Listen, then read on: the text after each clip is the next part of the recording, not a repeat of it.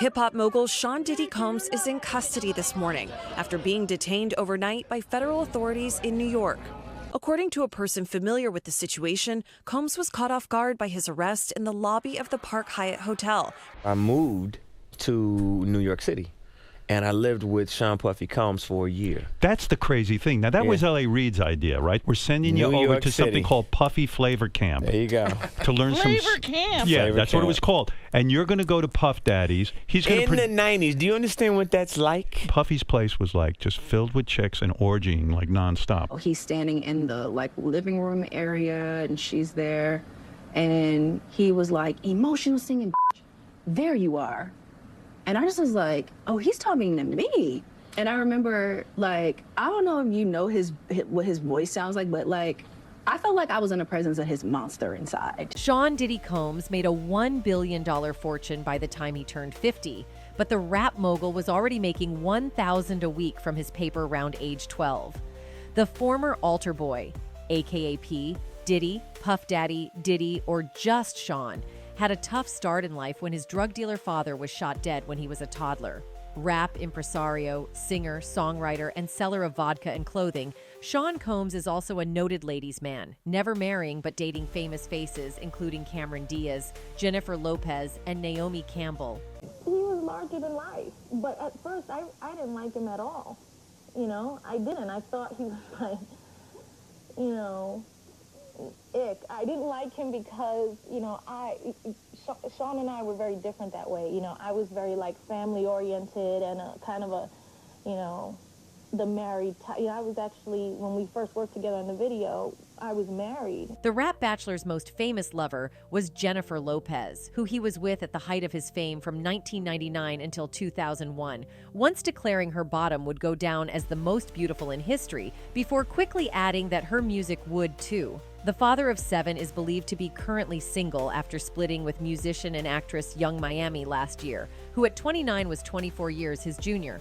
Diddy also has 7 children from 4 different mothers, has palatial homes all over the world, including New York, Louisiana, and Miami, several yachts, and so many luxury cars he can't remember them all. To the outside world, it would appear the perfect life. And while he was seen smiling in LA months ago, he is in the midst of a legal storm, facing lawsuits from 3 women and has lost a host of commercial deals in the wake of the claims. Diddy's Los Angeles and Miami mansions raided by SWAT teams. His sons, Justin and King, in handcuffs in their own yard. Diddy's Los Angeles and Florida mansions were raided by the Department of Homeland Security in March this year. He has not been seen in public in months since officers turned up and his private jet was tracked to Antigua, but he wasn't on it. But the rapper was recently in New York, marking an end to a trail that law enforcers have been following for decades. Where the court cases and criminal investigations will lead is not yet known, but the star denies all the claims against him, calling them pure fiction. Diddy's career began in the early 90s. He got his start in the music industry as an intern at Uptown Records. He was fired in 1993. He then created Bad Boy Entertainment with Arista Records and brought on Notorious Big, who turned out to be a major player in the rap game. The label's roster continued to grow, and so did Diddy's bank account. Such was the piles of cash he makes. The rapper and producer still pay $5,000 a day in royalties for sampling Sting's iconic 1983 single, Every Breath You Take, on his 1997 single, I'll Be Missing You. With Dr. Dre and Jay-Z, Diddy is the most successful person in rap history. His father, a drug dealer called Melvin, was shot dead in his car after a party when Diddy was just a toddler. 9 years later, his mother Janice had scraped together enough money to move to upstate Mount Vernon, where her young son attended a fee-paying, highly academic Catholic school. Diddy called himself a Christian and was an altar boy at his local church.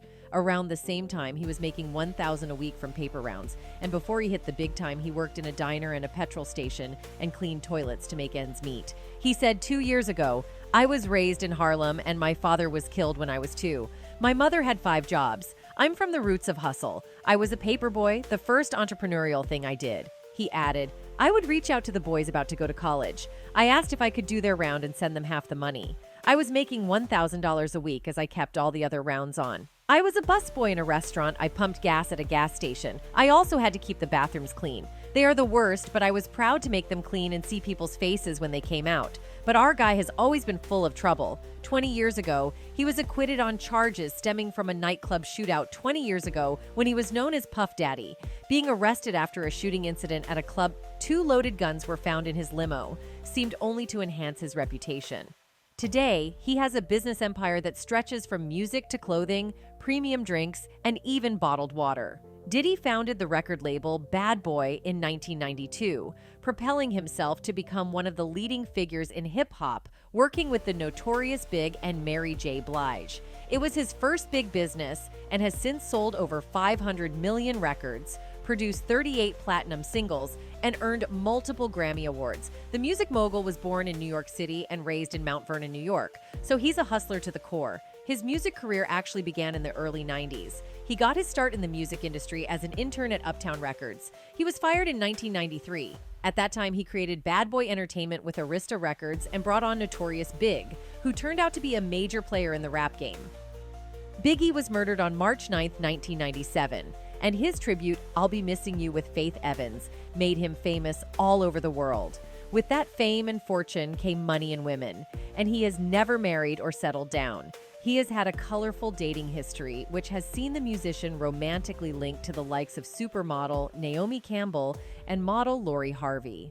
As earlier mentioned, his most famous love, and perhaps his greatest, was with Jennifer Lopez. J-Lo has found happiness with Ben Affleck, but her ex insists he is lucky to count her among his exes. He once hailed her famous derriere and body as a work of art that will go down in history. He later added, but also her talent, her drive, her determination. She will never give up. She's a great friend of mine, always will be my friend, and I mean that thing is just incredible, man. The rapper also slammed Kim Kardashian's famous backside and added that it is no way comparable to Jennifer's. Best known as Puff Daddy, he later insisted on being called P. Diddy, Diddy, Sean John, Swag, and even Love. He said once, "I am in the love era now. I answer to all the names. Call me whatever you like. I will answer to all of them." Diddy started his clothing brand, Sean John, in 1998 and partnered with Macy's in 2010. He sold part of the brand in 2016, but then bought it back in 2022 for $7.5 million after the brand filed for bankruptcy. The brand was making $450 million in sales in 2016. Macy's announced the end of their partnership with Diddy, saying they were going to phase out the collection. A source told RadarOnline.com that they had been evaluating the brand for a while now, and the decision predated the allegations, noting it hasn't been selling like it used to in the late 90s and early 2000s. They said, "As part of our ongoing review of our brand portfolio, the Sean John collection has started to phase out of assortment since early fall 2023, They added that his products were being removed and won't be available on the site. Not content with clothing only, Diddy set up his drinks company, Combs Spirits, in the early 2000s. The company began working with beverage giant Diageo in 2007, taking over the marketing and promotion of Ciroc for a share of the profits. Then, in 2013, the two companies co-purchased De Leon Tequila. He is reported to have made $60 million a year from the drinks brands, and by 2014, more than 2 million cases of Ciroc were sold a year. But in June last year, before allegations about his conduct emerged, the Spirit's parent company, Diageo, started the process of cutting ties with the mogul, accusing him of using threats and acting in bad faith to get his own way. It followed a lawsuit lodged by Diddy that claimed his vodka and tequila brands didn't receive promised investments and were treated as inferior urban products. The rapper, who is facing mounting harassment and lawsuits, was nowhere to be seen as agents combed through his properties in Los Angeles and Miami. At least 2 men, believed to be his sons, were put in handcuffs at his Holmby Hills property. It came just weeks after one of Diddy's accusers in a sexual assault lawsuit was ordered to reveal her identity. He has been fighting various legal battles, including one against an unnamed woman who claimed he and 2 friends sexually assaulted her when she was 17. The rapper filed a motion to have the woman's case thrown out, and she will remain anonymous until the judge makes a ruling. The accuser was the 4th woman to accuse Diddy of sexual assault last year after his former girlfriend, the singer Cassie, sued him in November last year. Expectedly, he denied Cassie's claims, and the 2 sides reached an out-of-court settlement that month. The rapper has vehemently denied all of the accusations and claims the women are looking for a quick payday. It was alleged that after supplying the 17-year-old with copious amounts of drugs and alcohol, Diddy and two friends took turns assaulting her, leaving her in so much pain that she could barely stand or remember how she got home. But after months of investigations, the rapper was finally apprehended. Earlier this evening, federal agents arrested Sean Combs based on a sealed indictment. U.S. Attorney Damian Williams said in an email statement to The Independent, "We expect to move to unseal the indictment in the morning, and we'll have more to say at that time." A lawyer for the hip-hop artist called Diddy, an innocent man with nothing to hide. "We are disappointed with the decision to pursue what we believe is an unjust prosecution of Mr. Combs by the U.S. Attorney's Office," his attorney, Mark Agnifilo, told The Independent via email. Diddy and a host of other names has undergone a myriad of reinventions since the start of his career, but has since entered a new and unwelcome era. The music mogul was also recently hit with a $100 million default judgment on September 9th over an alleged sexual assault from a 1997 party against Derek Lee Cardello Smith.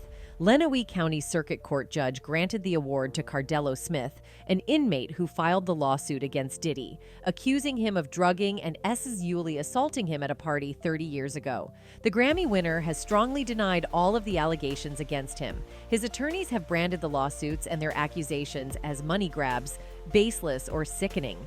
On the 17th of May, surveillance footage captured at a hotel in Los Angeles in March 2016 showed Diddy chasing his then-girlfriend Cassie Ventura down the hallway before attacking her by the elevators. He then attempts to drag her back to his hotel room. The following day, he shared an apology video on Instagram saying his behavior was inexcusable and that he took full responsibility for his actions in the video. In the most recent lawsuit against Diddy, filed on the 26th of February 2024 in New York, producer Rodney Lil Rod Jones alleged he was subjected to unwanted advances by associates of Diddy at his direction, and that he was forced to engage in relations with the S-workers the rapper had hired.